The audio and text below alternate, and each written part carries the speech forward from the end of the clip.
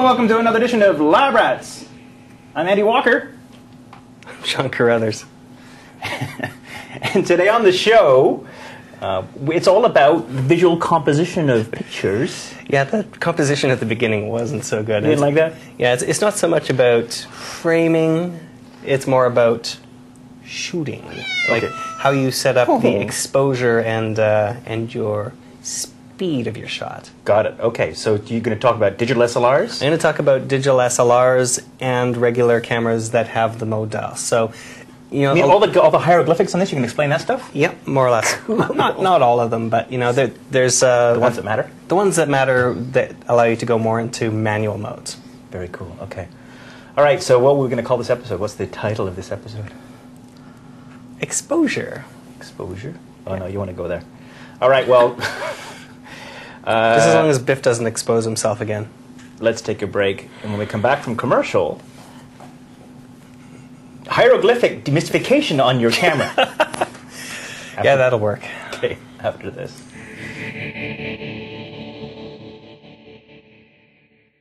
If a doggy was the new Camtasia Studio 5, it would be the cutest. It would be obedient, and it wouldn't steal Aunt Betsy's purse. The new Camtasia Studio 5, screencasting software that's better than a doggy. Download it at www.techsmith.com.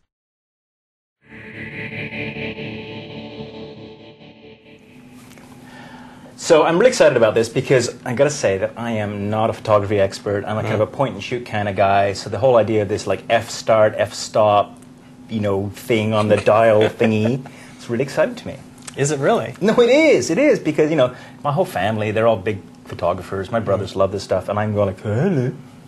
Well, for people that are, all they want to do is like grab a camera and just go shoot some stuff, point and shoot, generally you don't have to worry about it. But if you've got a digital SLR and you're trying to figure out these manual settings, or you have one of these higher-end point and shoot cameras that have those manual settings on them, then you know we just want to explain a little bit about what those actually mean and how they'll affect the picture that you get. Okay, so back up a bit for a second because you said SLR. What's an SLR? SLR is one of these. It's a single lens reflex camera. Okay.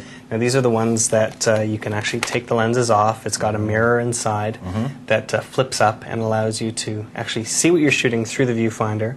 Okay. But it'll flip up and actually take the shot when you're ready to take the shot. So an SLR existed when there was film, I guess. Right. Right? Because it's just a matter of it's the mirror inside moving. Yes. Right? And so now digital SLR just means that instead of that film there's a digital sensor of some sort. Precisely. Right? Okay, good. And so this will apply to traditional photography people. Yes. So old technology as well as the new technology. Yeah, so if you've got an old school film-based camera, it will indeed apply to that as well. Great. You just won't be able to see it on the screen so quickly. Ah, very good. Okay. Well, let's get into this. All right. Well, the first thing is the mode dial. And typically on a mode dial like this one is a little bit different from a lot of the other ones you'll see. You'll see 4 letters on there, M, S, A, and P.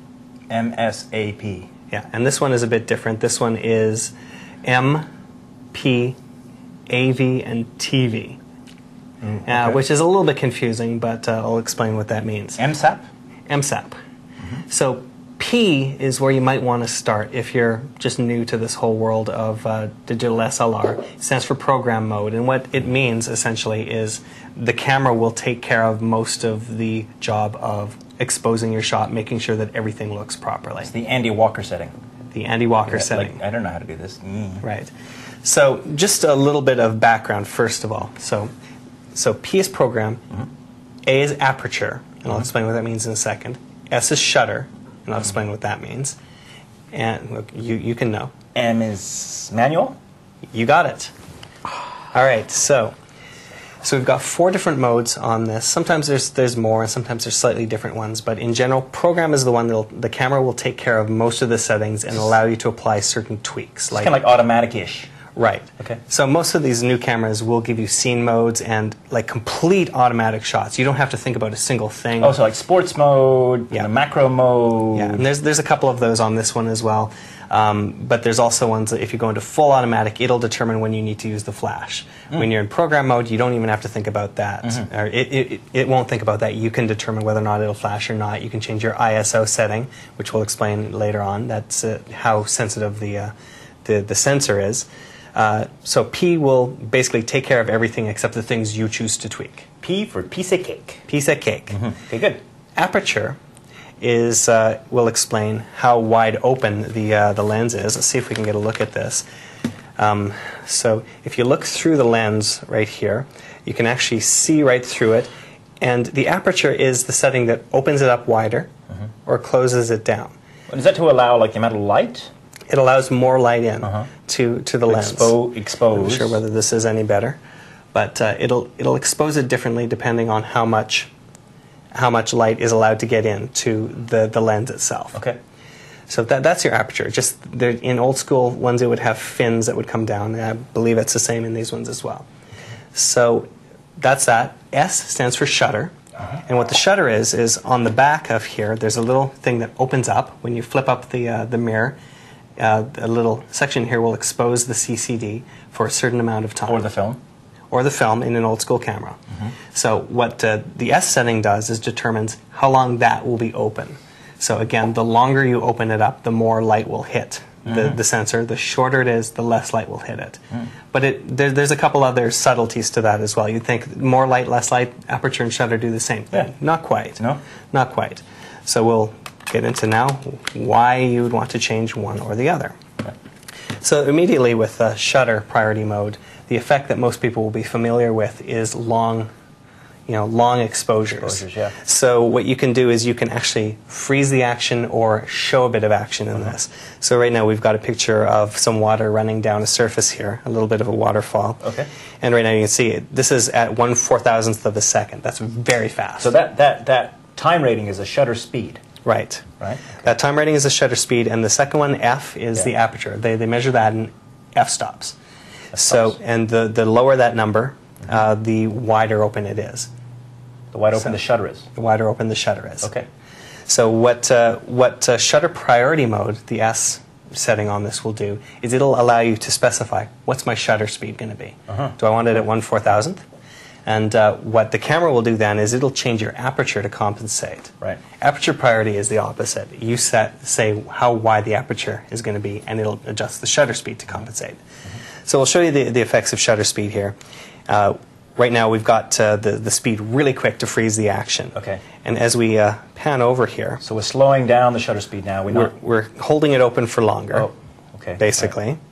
And what you can see, the F ranking on the side is starting to go down. So as you're leaving the shutter open longer, it's closing up the aperture to keep the light level at roughly the same. So you're not getting nothing but white. If you leave it open too long, all you'll see is white. If you don't open it long enough, all you'll see is black. So it wants to create that happy balance, so you're seeing what we will see in real life.